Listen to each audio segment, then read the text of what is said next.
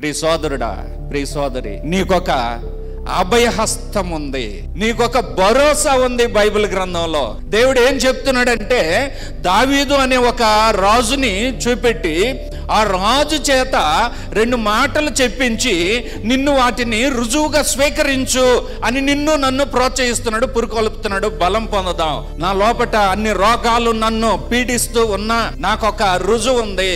దావీదు అనే ఈ మహారాజు ఆరోగ్యం ఎన్ని రకాలుగా ఆయనకు బాగలేదో ఆ స్థితిలో నుండి దేవుడు ఏమి చేశాడంటే చదవండి. ఇదిగో నన్ను స్వస్థపరిచాడు, ఇదే నీకు రుజువు, ఇదే నీకు ఆనవాళ్ళు.